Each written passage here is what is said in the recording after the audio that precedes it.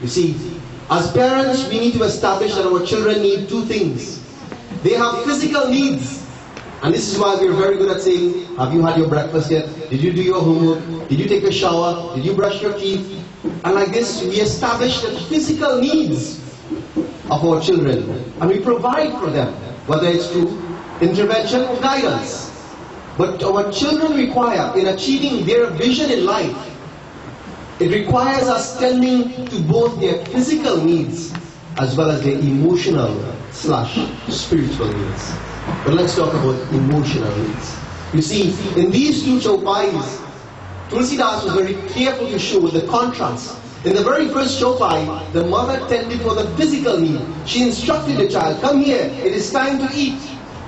But it also showed in the second chopai that in almost rapid succession, the father and also the mother provided for the emotional need.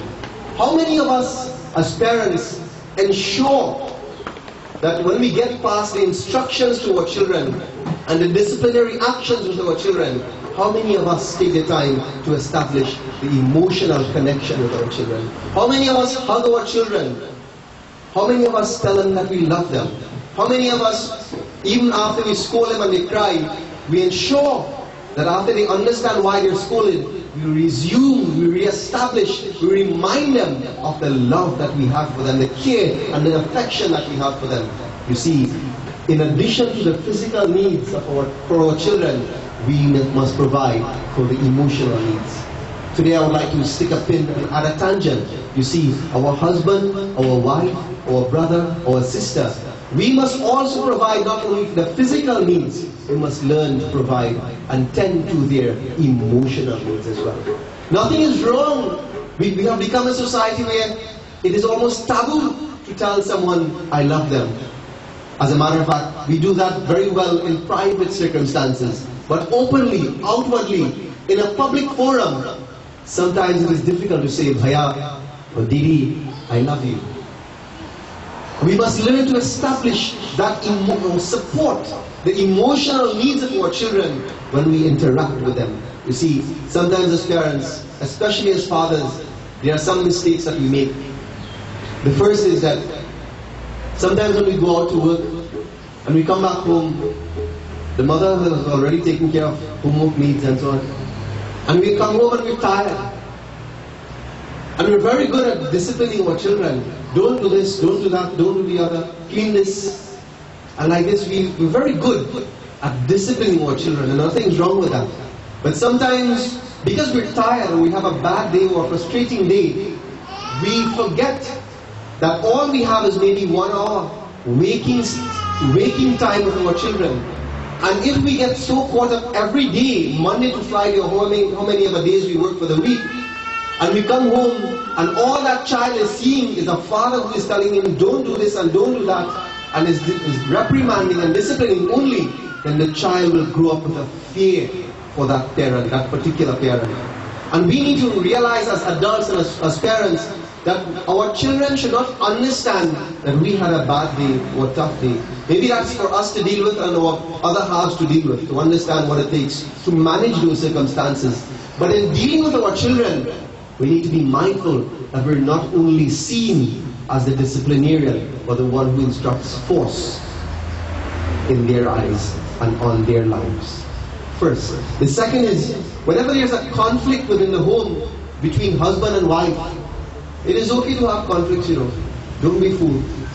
Between husband and wife, there's always room for a good disagreement. But we need to do it healthily. We should not do it by disrespecting the other person. But more than that, even if you're having a disagreement or a difference in opinion or an argument, so to speak, or there's conflict within the home, remember, don't do it in the presence of the children. Because what they see is what they learn. Children are like sponges, they pick up everything. Even what we don't say, how we behave, they're good at emulating it.